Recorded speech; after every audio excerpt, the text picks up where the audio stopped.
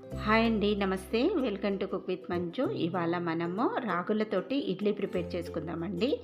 ఈ ఇడ్లీకి కాంబినేషన్ వచ్చేసి టమాటో ఆనియన్ చట్నీ కూడా చూపిస్తాను. చాలా బాగుంటాయి ఈ రెండు కాంబినేషన్ అయితేనంటే.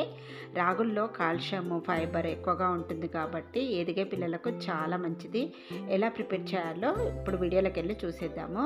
ఇక్కడ రాగులు వచ్చేసి 1.5 కప్పు దాకా నేనైతే రాగులు తీసుకుంటున్నాను. అలాగే ఒక హాఫ్ కప్పు మనము బియ్యం తీసుకోవాలి.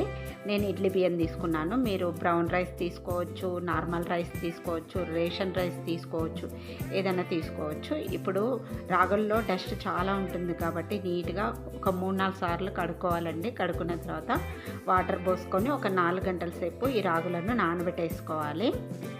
ఇలా నానబెట్టేసుకున్నాం కదా. నెక్స్ట్ వచ్చేసి మినపప్పు కూడా ఒక కప్పు దాకా తీసుకోండి.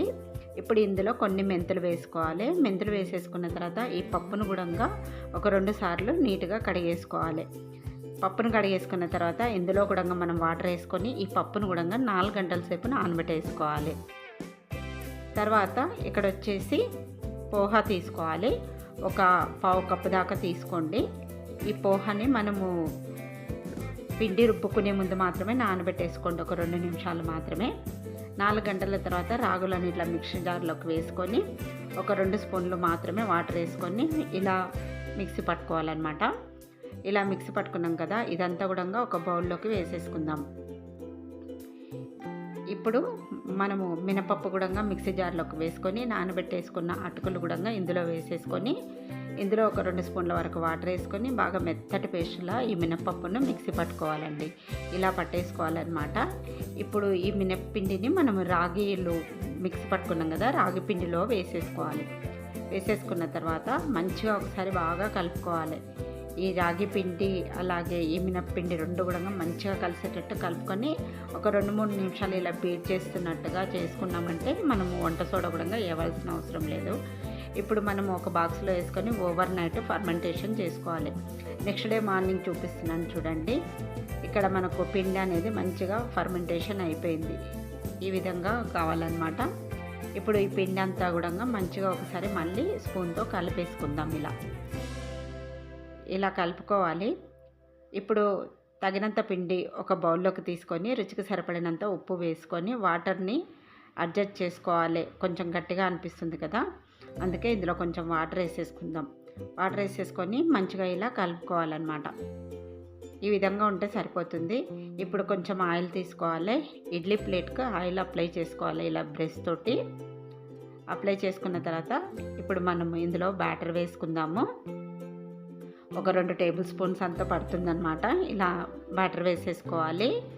వేసేసుకున్న తర్వాత మనం ఇక్కడ స్టవ్ పైన ఇడ్లీ పాత్ర కూడా పెట్టేసుకోవాలన్నమాట. ఇడ్లీ పాత్ర పెట్టేసుకొని ఇందులోకి వాటర్ వేసుకోవాలి.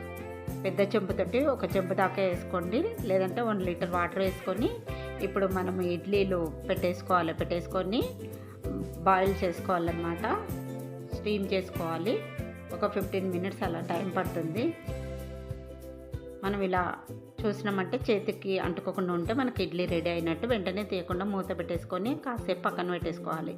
చట్నీ ప్రిపేర్ చేసుకుందాము. ప్యాన్ పెట్టేసుకొని ఆయిల్ వేసుకోవాలి. ఆయిల్ కొంచెం హీటెక్కిన తర్వాత ఇందులో కొంచెం జీలకర్ర అలాగే మెంతులు వేసుకోవాలి. మెంతులు వేసుకున్నామంటే టేస్ట్ అనేది చాలా బాగుంటుందన్నమాట. మెంతులు వేసేసుకున్న తర్వాత ఇందులోకి మనం ఎండుమిర్చితో ప్రిపేర్ చేస్తున్నాం కాబట్టి ఎండుమిర్చి వేసుకొని కొన్ని జింజర్ వేసుకోవాలి. ఆ తర్వాత గార్లిక్ వేసుకోవాలి. వేసేసుకున్న తర్వాత ఇందులో ఉల్లిపాయలు కూడా వేసుకోవాలి. పెద్దది ఒక ఉల్లిపాయ వేసుకొని మంచిగా ఇలా కలిపేసుకోండి. ఇలా కలుపుకున్న తర్వాత ఈ ఉల్లిపాయలు కొంచెం మగ్గినాక ఇందులోకి పసుపు వేసుకొని కొంచెం ఇంగువ కూడా వేసుకోవాలి. ఆ తర్వాత ఇందులోకి ఒక 3-4 టమాటాలు కట్ చేసుకొని వేసుకోండి. టమాటాలు వేసుకొని మంచిగా కలుపుకున్న తర్వాత ఇందులో కొంచెం కొత్తిమీర కూడా యాడ్ చేసుకుందాం.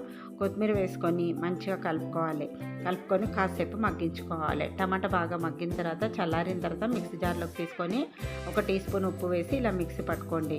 ఇప్పుడు పోపు వేసుకుందాం. పోపు కొరకు ఆయిల్ వేసుకోవాలి. ఆయిల్ వేసుకున్న తర్వాత ఇందులో జీలకర్ర, ఆవాలు, ఎండుమిరపకాయలు వేసుకోవాలి. ఆ తర్వాత కొంచెం కరివేపాకు కూడా వేసుకోవాలి.